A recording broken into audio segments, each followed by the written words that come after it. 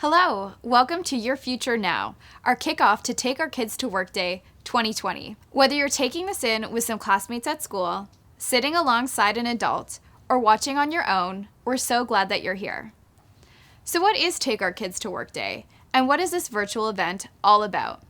Well, for more than 25 years, grade 9 students like you have headed in to work with an adult in their lives to experience what a day in their world looks like. But this year's different. Most of you aren't able to head into workplace, and many of you are learning at home some or all of the time. So we've changed things up, and we're taking the workplace to you. What will this look like? To start, we've got this event where you'll be hearing from some inspiring leaders about their work, what they do, why they do it, and how they got to where they are.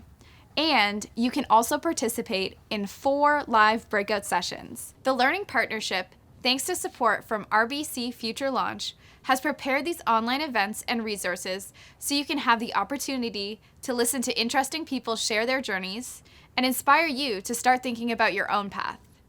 You'll also hear a lot about hope and resilience today.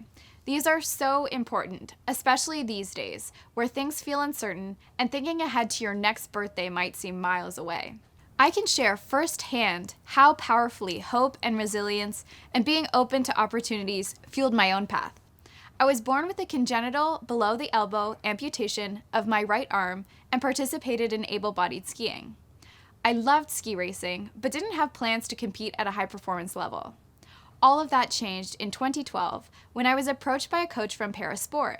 I set my sights on qualifying for Team Canada to compete in the 2014 Paralympic Games in Sochi, Russia, and made it. As a 2-time Paralympic alpine skier, my time as a high-performance athlete was filled with both rewards and challenges. I learned that sports and most things in life are full of these ups and downs. And I also learned that each obstacle allows us to build up resilience and the confidence to deal with these challenges. I'm excited to be your host for the next 20 minutes of inspiration and ideas and introductions to the world of work. And now, a land acknowledgement as we start things off. We acknowledge that the lands that Canada is situated on are the traditional territories of the Inuit, First Nations, and Métis peoples and have been a site of human activity for over 15,000 years.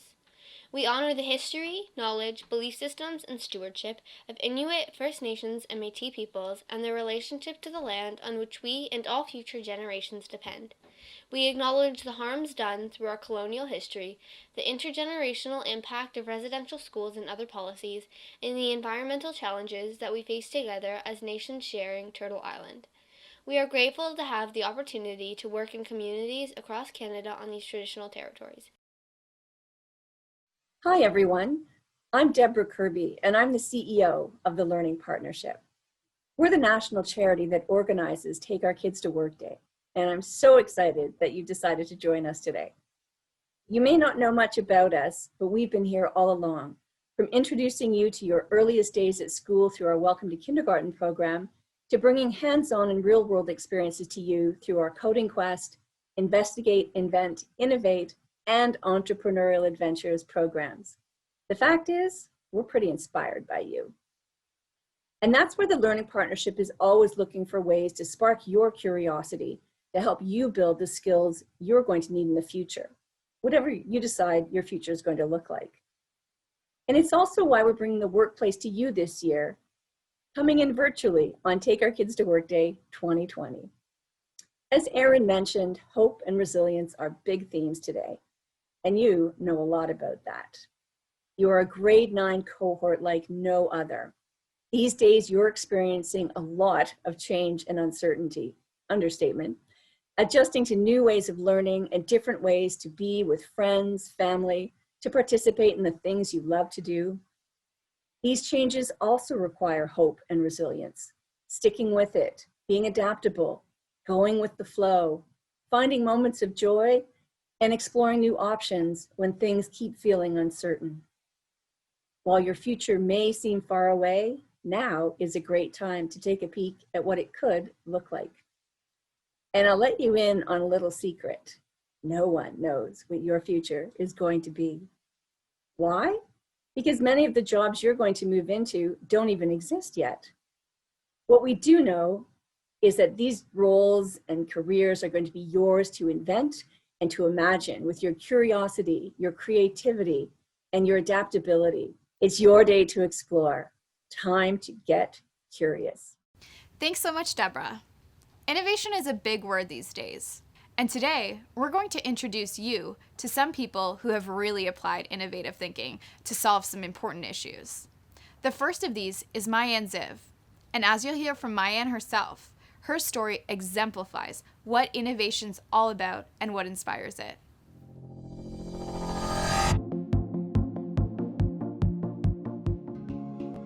Accessibility had always been presented to me as something awkward that only people with disabilities or people like me needed. I wanted to position it as something exciting to be involved in. And I've seen that happen now through the work with Access Now.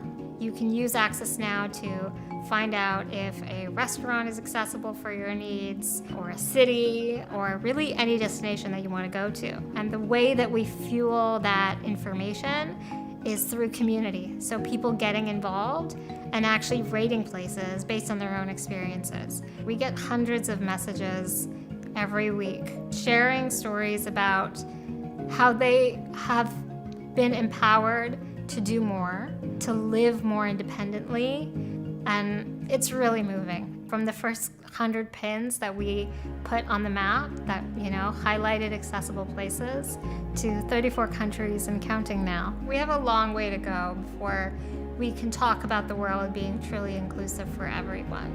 Accessibility is not a specific fix to a problem. It's really a mindset that when you tap into can truly lead to a very powerful sense of inclusion. Hi, my name is Maayan Ziv, and I'm so excited to be here with you today. Access Now, the company that I built, started with my own problem. I'm a wheelchair user, and I have been throughout my entire life. And I'm often looking for places that are going to be accessible for me. A lot of the times when I go places, that's not the case. I show up and there are steps to the entrance, inaccessible washrooms or parking spots that don't have enough entrance for me, lack of elevators or ramps, or honestly, sometimes it's even just a lack of understanding about what it might be like for me as a person with a disability to try and navigate spaces in the world. All of that frustration, showing up at places that are not accessible and not having any tools to figure out my way, that's what led me to starting Access Now. I didn't wake up and decide, hey, I want to be an entrepreneur, but rather had said, hey, I need to focus on solving this problem.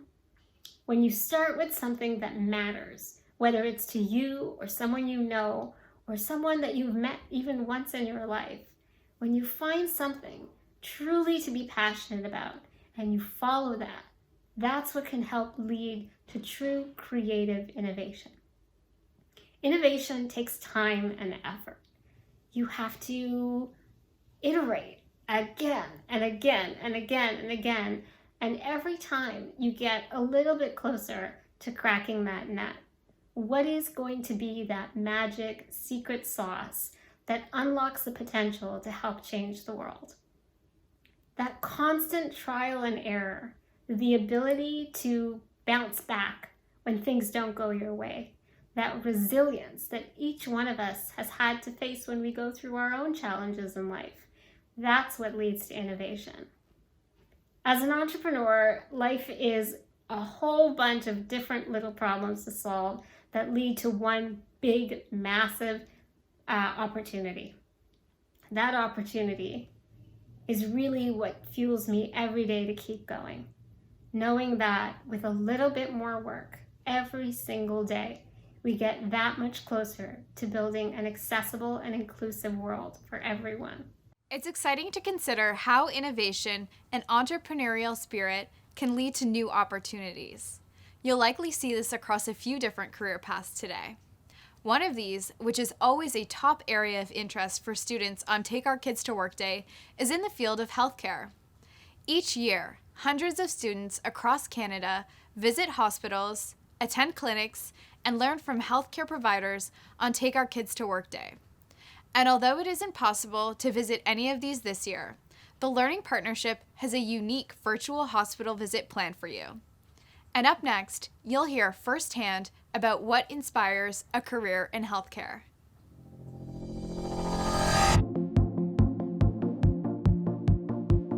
Hi, I'm Dr. Glenn Posner. I am a obstetrician gynecologist and a simulation educator at the Ottawa Hospital. I have the best jobs in the world. Interesting that I said jobs and not job, because I'm not just a doctor, but I'm also a teacher and specifically a simulation educator, meaning I train teams of healthcare professionals at the hospital and at the simulation center in how to be better doctors, better nurses, better respiratory therapists, better team members. I think that when we're working together as teams at the hospital, it's not one person who delivers a baby. It's the nurse, the clerk at the front desk, the medical students and residents who are involved, the nursing students. Everybody is part of the team and working together to deliver this baby safely so that mom and baby are both healthy. And what inspires me about my work is the opportunity to be involved in the teaching of that and in training teams, especially during an emergency. Everybody has to communicate really, really effectively in a short period of time, and it takes good leaders, but it also takes good followers. And that's what my simulation work really helps me do.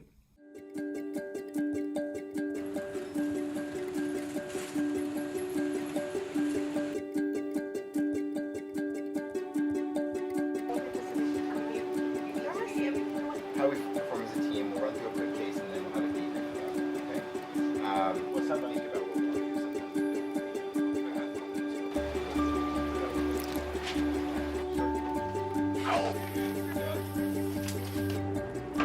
The hypothermia protocol. Okay, here a second. Yeah, okay, great. Are you ready, Shruti? We have to shock the patient, please. Let us know when you're ready. How is your airway, David? Airways, Airway bad, Anthony, or no?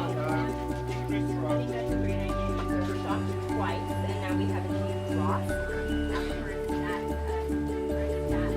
You haven't? And now let's shift to some of your questions. Curiosity is key to learning. And as part of Take Our Kids to Work Day, students have had the chance to ask employees from companies across a number of sectors some questions about what they do, to get real answers about things that interest them. High school student and innovator Braxton Chan asked some questions, and we have some answers to share with you.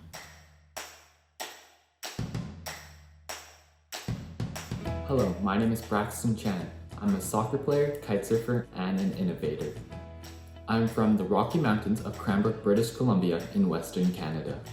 I am a grade 12 student at Mount Baker Secondary School. What do you like most about the work you do?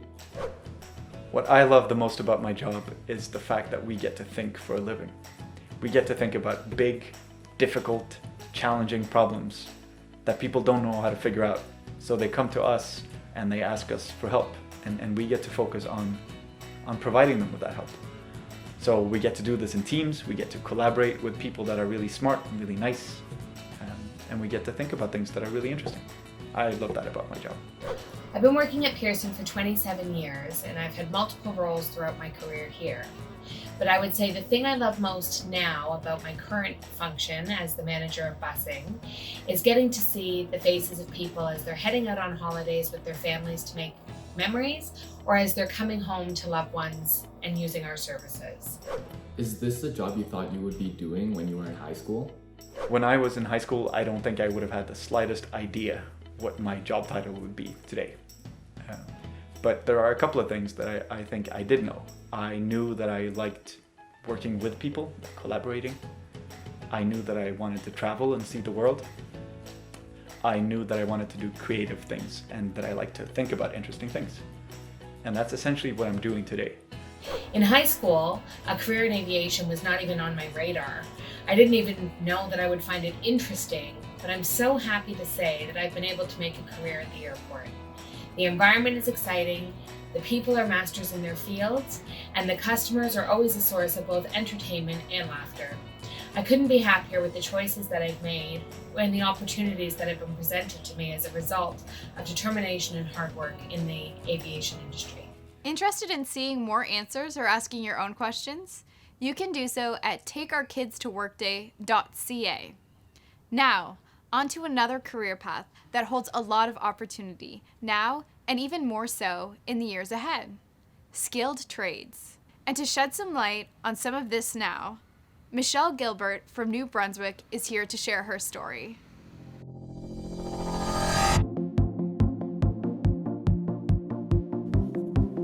Hi, I'm Michelle Gilbert. I'm here in New Brunswick, and I'm happy today to be here with you to share a little bit about my story. I joined the military when I was 20 years old. I joined as a cook, and then I became a mechanic, and today I'm actually a hairstylist. So there are 3 different areas of the skill trade that I never thought I would be doing. I didn't have a regular path, which I struggled most of my life with anxiety and foster family, being in the system and all this stuff. And I actually, at 29 years old, I had to go back to school to finish my high school diploma because I didn't finish it when I was supposed to.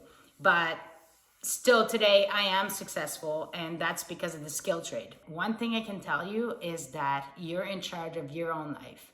You're in charge of what you want to do. If the skill trade is for you, then take it. Don't be shy. Try things. If it doesn't work, then change it. You're in charge of everything you want to be in life. So if you are like me and eager to learn, the skill trade is actually the way to go. Are you feeling inspired? I sure am. Take Our Kids to Work Day is powered by RBC Future Launch, which is all about empowering the youth of today for the jobs of tomorrow.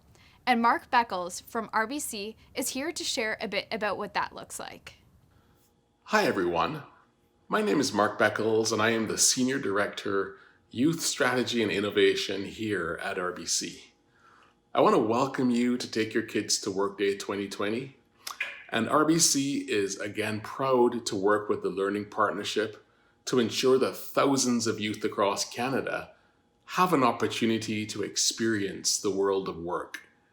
We are so very proud of you students for being part of this unique experience of learning and growing and understanding the Canadian workplace from the perspectives of your parents, from your caregivers, and from your mentors. You know, it is truly the efforts of millions of everyday Canadians that drive our economy through the work that they do. And one day, you too will play an important role in contributing to Canada's economic prosperity because of the jobs that you do. Through your studies, through your volunteerism, and through your work and the passion that fuels you, you will help make our country better, a much better place for everyone who calls Canada home. And that's why Take Your Kids to Work Day is so important, because it gives you a preview of the exciting opportunities that await you, and it encourages you to dream of your futures and all that you can be, even in these very difficult times. While COVID-19 has impacted what Take Your Kids to Work Day looks like in 2020, it hasn't stopped Take Your Kids to Work Day. Why? Because adapting to our circumstances helps us build resilience, and as our resilience grows, so does our confidence in knowing that we can exit this thing stronger and pursue our dreams with renewed passion. So while many of you may not physically go to a workplace this year, take the time to learn as much as you can, because those lessons will serve you well wherever your life takes you.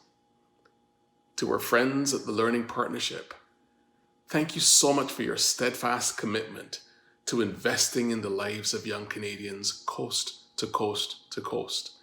In spite of the incredible challenges this year, you have stepped up and we are so grateful. And RBC salutes your efforts and continues to be proud to partner with you. And with that, I just want to wish everyone a truly outstanding day and a truly outstanding experience. Thank you. Well, that takes us to the end of Your Future Now. I hope you're feeling inspired about your future. If you're interested in checking out the breakout sessions to hear more, you can find the links in the description box on YouTube. You can also visit takeourkidstoworkday.ca to register. Once there, you'll find lots of resources and info on how to take part in the day. And this event, as well as the breakout sessions that follow, will be available if you'd like to view them anytime. We'd also love your feedback. You can complete surveys to let us know what today meant to you and qualify for prizes. Everything's at www.takeourkidstoworkday.ca. Thanks to RBC Future Launch, lead national sponsor of Take Our Kids to Work Day, and to supporters including Bruce Power, Deloitte, SafeWork Manitoba, and Toronto Hydro. Thanks as well to today's speakers and our breakout session presenters. And most of all, thanks to you for participating. All the workplace hosts, parents, and educators who have made today happen, and especially to you, students across Canada, for taking part. Whatever you choose to do today, make it your own. And share your story and experience with us online using the hashtag #KidsToWork. And be sure to tag @TLP Canada. Thanks everyone, and hope you have a great Take Our Kids to Work Day 2020.